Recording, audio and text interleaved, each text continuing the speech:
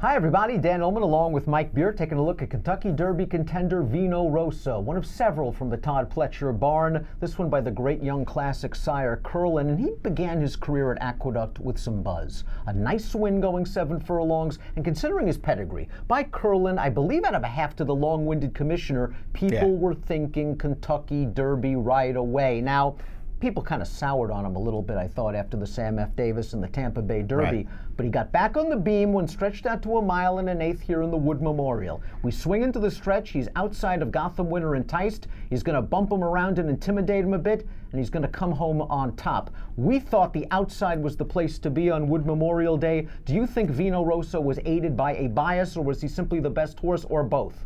Maybe a little bit of both. I mean, he certainly took advantage. He took advantage of a couple of things in this race. He took advantage of a track that was really playing to outside runners, which is where he was basically throughout the race.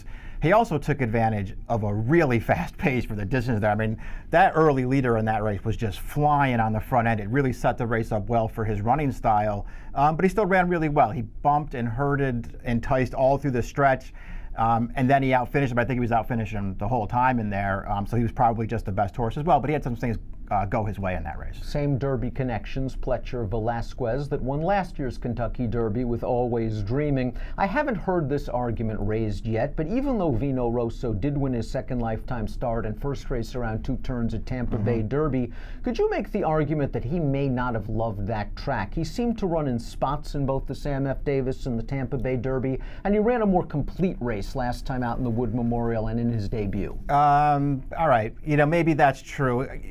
I'm always open to that kind of stuff, that maybe he just didn't like that track. And you're right, he won his first start at Tampa, but his Beyer regressed 10 points. It's not like it was some earth-shattering performance. He just didn't run well in the Davis or the Tampa Bay Derby. And even when the blinkers went on in the Tampa Bay Derby, because when you watch his Sam Davis, you sort of feel like, well, maybe he needed the blinkers. He was sort of kept up in a good position, then he dropped back, and then he was running again at the end. You felt like maybe the blinkers would do something about that in his next start. He was awful, I thought, in the Tampa Bay Derby. He certainly turned things around in the Wood, though. So, we'll see what happens.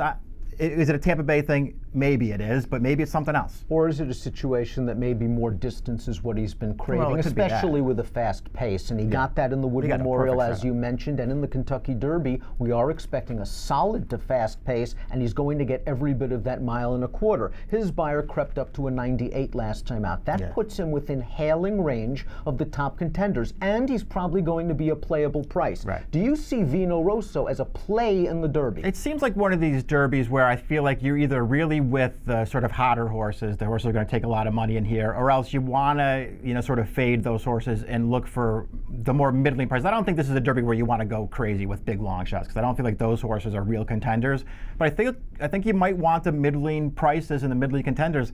I think this horse is one of those. I really liked his last race, even with all the things that went really well for him in the Wood. I felt like he ran well and took a big step forward there. I'm open to this horse in the Kentucky Derby. I agree. I think he was a little bit immature. I think he's slowly putting things together. He's got the pedigree, he's got the connections, he's got a fig, and he's getting sharp. Vino Rosso perhaps sneaking under the radar into this year's Kentucky Derby.